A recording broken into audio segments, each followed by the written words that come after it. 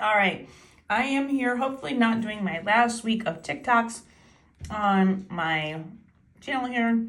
And if I am, please make sure you follow me on YouTube. And you can find the same playlist that I have on here and same organization. So these will be just as easily able to be found on YouTube at You Want Algebra. So we are doing elimination method here. So the goal of elimination is to eliminate one of the two variables. So I do want to have our x and our y on the same side and the constant on the opposite side of the equal sign. Now we notice that the x's are first, the y's are second, and then our constants are on the other side. So we do have the right setup. Now the next thing we do want to do is look at whether or not we have opposite pairs. Now this is a negative 2x, this is a positive 1, so that's not an opposite pair. This is 6, that's 1. So these are not opposite pairs either. So I can't easily eliminate one of the two variables. So the next thing I look at is, are any of them the same? And neither of them are the same either. So we have to result to our next option, which is to try to eliminate a variable using a different situation or a different setup. So you decide out which way you want to get these situated and say which one of them do you want to eliminate. So in this case, I'm thinking I'm going to eliminate the x's because it's a lower number to deal with. Now this is a negative 2x. So in order for me to eliminate the x's, I'd have to have a positive 2 down here to cancel. So negative 2x plus 2x would add up to be 0.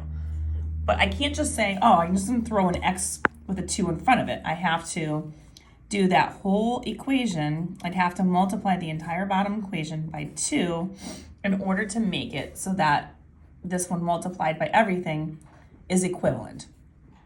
So 2 times x is going to give me 2x. 2 times the y will give me 2y.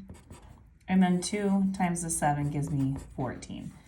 Now that I've changed the equivalency of that equation, now I can start to look at eliminating things. Put a nice big old plus sign. We add all of our values down vertically. So negative 2x plus the 2x will cancel each other out. 6y plus 2y is 8y. So we're going to have 8y right here. And then we're going to add 18 and 14. And when we add 18 and 14 together, we get 32. And then we're going to take the y, get it by itself. So we're going to do last step, divide both sides by 8. And we get our y variable, which is equal to 4. So that takes care of the y variable. Now again, we have to make sure we solve for both x and y. So once I've solved for the y, now I'm going to go ahead and plug it into either of the two original equations. This gets a little bit messy here. I'm going to use the second equation, the original second equation, x plus y equals 7, just because it's easier. It does not make a difference. Whichever one you feel most compelled to do it. But I'm going to use that one. You always want to substitute back into the original equations.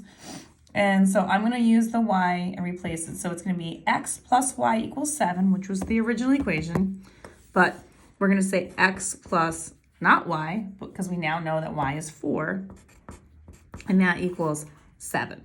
Now I'm just going to solve for x, but a nice one-step equation here.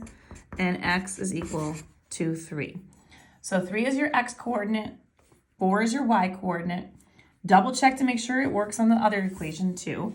And you have your equation set up. So you're doing this in coordinate form. So you do your x coordinate followed by your y coordinate in a set of parentheses and a comma in between them.